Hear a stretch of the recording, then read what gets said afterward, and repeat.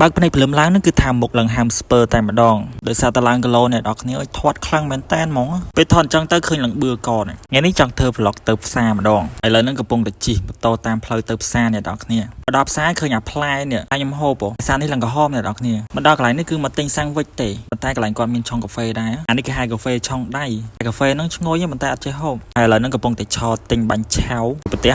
1500រៀលឃើញស្កាអ្នកនេះគឺល្អខ្លាំងមែនតើហើយគាត់ថាគាត់ដាំខ្លួនឯងទៀតអ្នកនរគ្នាឥឡូវហ្នឹងកំពុងតែទិញគាត់បាន2ផ្លែយកទៅហូបទៅស្រួលបតោបងហើយគឺថាសបោអីលក់ខ្លាំងមែនតើឥឡូវហ្នឹងមកទិញកាហ្វេមួយកែវទៀតអ្នកនរគ្នាអានេះឡាតេប៉ុន្តែក្លុកចូលគ្នាអស់ហើយកាហ្វេទឹកដោះគោខ្ញុំអត់ចេះផឹកទេដល់កន្លែងលក់នំហ៊ីងទៀតដែរអ្នកនរគ្នាយើងហៅនំប៉ោងហ្នឹងនិយាយទៅ vlog នេះគឺដើរទិញហូបហ្មងឥឡូវនេះយើងមកដល់ផ្ទះវិញហើយបាទទិញសាំងវិចផ្ញើមេតោះមកភ្លក់បាញ់ឆៅទាំងអស់គ្នាតែប៉ុតខ្ញុំគោលម្ដងទិញបាញ់ឆៅនឹងដើម្បីហូបបន្លែបានច្រើនអ្នកនរគ្នាដោយសារតែមួយរយៈហ្នឹងខ្ញុំចង់កាត់បន្ថយបាយចង់ហូបបាយតែមួយថ្ងៃមួយពេលបានហើយអត់ដឹងធ្វើបានអត់ទេណាទឹកជ្រលក់គាត់នឹងឆ្ងាញ់អ្នកនរគ្នាគាត់ច្បាច់ក្រូចឆ្មាដាក់មួយម៉ាត់នេះទៅគឺធំជាងមាត់អ៊ូ